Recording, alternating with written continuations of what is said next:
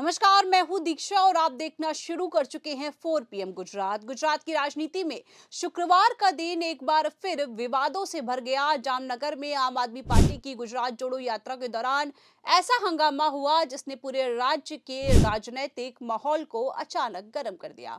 आप विधायक गोपाल इटालिया अपनी बाइक रैली निकालकर टाउन हॉल में जनता को संबोधित कर रहे थे।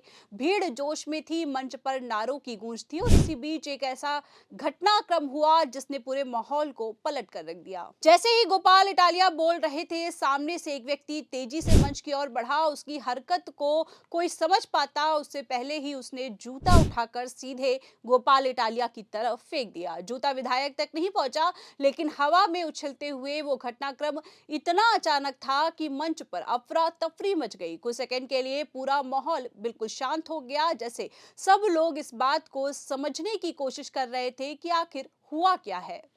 लेकिन अगले ही पल जनसभा में मौजूद आप कार्यकर्ता गुस्से में हमलावर पर टूट पड़े। भीड़ ने उसे घेर लिया, लात घूंसे चलने लगे और देखते ही देखते टाउन हॉल एक राजनीतिक अखाड़े में बदल गया। वहीं प्रत्यक्षदर्शियों के अनुसार ये मारपीट करीब 10-15 मिनट तक चली। मंच पर नेता शांत कराने की कोशिश करते रहे, लेकिन भीड़ का गुस्सा थम नहीं रहा था। ये सिर्फ एक हमले का जवाब नहीं था, उस गुस्से का विस्फोट था जो आम आदमी पार्टी कार्यकर्ताओं में लंबे समय से जमा हो रहा था। वहीं हमलावर की पहचान छत्रपाल सिंह जडेजा के रूप में हुई है, जिसे कांग्रेस पार्टी का कार्यकर्ता बताया गया है। पुलिस मौके पर पहुंची और किसी तरह उसने भीड़ से उसे छुड़ाकर अस्पताल भेजा, क्योंकि वो गंभीर रूप से घायल हो चुका था। लेकिन कहानी सिर्फ इतनी नहीं है। असल हंगामा तब शुरू हुआ जब आरोपी ने पुलिस पूछताछ में बयान दिया कि उसने ये हमला बदले के तौर पर किया है। उसने कहा कि 2017 में खुद गोपाल इटालिया ने तत्कालीन गृह मंत्री पर जूता फेंका था और उसी का बदला उसने लिया है।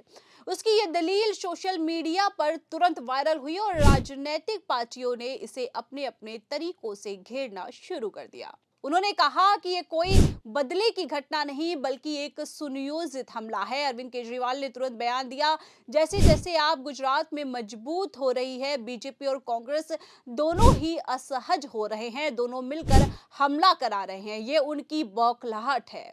वहीं केजरीवाल यही नहीं रुके, उन्होंने कहा कि चुनाव करीब है, जनता आपकी ओर देख रही है और ऐसे हमले ये दिखाते हैं कि राजनीतिक मुकाबला कितना तीखा हो गया है। मनोज सोराठिया और अन्य आप नेताओं ने भी बयान दिया कि इस तरह के हमले पार्टी को नहीं रोक सकते। उनके अनुसार इस घटना से साबित होता है कि आप अब गुजरात की मुख्य विपक्षी ताकत बन चुकी है। लेकिन सवाल यह भी उठता है कि जामनगर में सुरक्षा व्यवस्था इतनी कमजोर कैसे हो सकती है, क्योंकि व्यक्ति मंच तक पहुंचकर जूता भी फेंक दे और 15 मिनट तक भीड़ के बीच मारपीट होती रहे। ये पुलिस पर भी सवाल खड़े करता है। अगर आज एक विधायक पर हमला हो सकता है, तो कल किसी और नेता या आम व्यक्ति पर भी खतरा हो सकता है।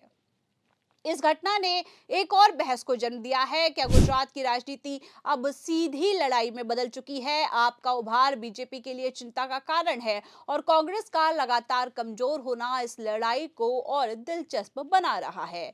लेकिन इस घटना ने यह संकेत भी दिया है कि राजनीतिक स्तर पर तनाव अपनी चरम सीमा पर है। विरोध केवल भाषणों में नहीं, बल्कि अब शारीरिक रूप में भी सामने आ रहा है। वहीं आपको बता दें कि गोपाल इटालिया ने मंच से ही कहा, मुझे कोई शिकायत नहीं करनी। गुजरात की राजनीति में जूता फेंकने का अब नया इतिहास लिख दिया गया है। बीजेपी सरकार है, जूता फेंकने से क्या डरना। उन्होंने कहा कि ऐसे हमले उन्हें और मजबूत बनाएंगे और लोग समझ रहे हैं कि असल लड़ाई आखिर किससे है। दूसरी ओर कांग्रेस इस घटना से दूरी बनाती हुई दिखी है। कांग्रेस प्रवक्ता ने कहा कि यह हमला पार्टी का निर्णय नहीं था और आरोपी की व्यक्तिगत हरकत है, लेकिन आप इसे बिल्कुल नहीं मान रहे। उनका आरोप है कि कांग्रेस और बीजेपी दोनों मिलकर आपको रोकने की कोशिश कर रहे हैं। चुनावी माहौल में ये आरोप प्रत्यारोप और भी तेज हो सकते हैं। इस घटना का सबसे बड़ा असर जनता पर पड़ा है। सोशल मीडिया पर वीडियो वायरल हुए, कई लोगों ने कहा कि ये राजनीति का गिरता स्तर है, तो कुछ लोगों ने इसे राजनीतिक तनाव का नतीजा बताया। युवाओं में चर्चा है कि आखिर इतनी नफरत और हिंसा की राजनीति गुजरात की परंपरा नहीं रही। कई लोग ये सवाल भी पूछ रहे हैं, क्या लोकतंत्र में विरोध की आवाज को दबाने के लिए हिंसा नया हथियार बनता जा रहा है? अगर हम ये देखें कि आप की राजनीति गुजरात में पिछले 2 वर्षों में कितनी तेजी से बढ़ी है, तो ये समझ आता है कि विरोधी पार्टियों को क्यों असहजता महसूस हो रही है। 2025 के स्थानीय चुनावों में आपको अच्छा वोट मिला और ग्रामीण क्षेत्रों में भी उनकी पकड़ बढ़ी है। जामनगर, राजकोट, सूरत जैसे शहरों में पार्टी की रैली में बड़ी भीड़-भाड़ देखने को मिली। ऐसे में आपका दावा है कि हम पर हमले इसलिए हो रहे हैं ताकि राजनीतिक रूप से सटीकता ना समझ पाई जाए। लेकिन इससे बड़ा सवाल यह है कि अगर राजनीतिक हिंसा इसी तरह बढ़ती रही तो चुनावी माहौल कितना असुरक्षित हो जाएगा। क्या राजनीतिक पार्टियां अपने विरोधियों को अब बहस के बजाय हमले से रोकने की कोशिश करेंगी? क्या जनता के मुद्दे, बेरोजगारी, महंगाई, किसान संकट इन हमलों की शोर में दब जाएंगे? ये घटना केवल एक जूते की नहीं, ये उस राजनीतिक मानसिकता को दर्शाती है जिसमें असहमति के लिए जगह कम होती जा रही है और विरोध का जवाब हिंसा में ढलता जा रहा है। जामनगर की घटना आने वाले दिनों में और बड़ा राजनीतिक मुद्दा बनेगी। आप इसे चुनावी मंच पर जोर शोर से उठाएगी, बीजेपी इसे ड्रामा कहेगी, कांग्रेस इसे व्यक्ति की हरकत बताकर पल्ला झाड़ेगी, मीडिया इसे जूता कांड का नाम देगी। लेकिन सच्चाई ये है कि गुजरात की राजनीति अब बिल्कुल नई दिशा में जा रही है, जहां टकराव खुलेआम हो रहे हैं।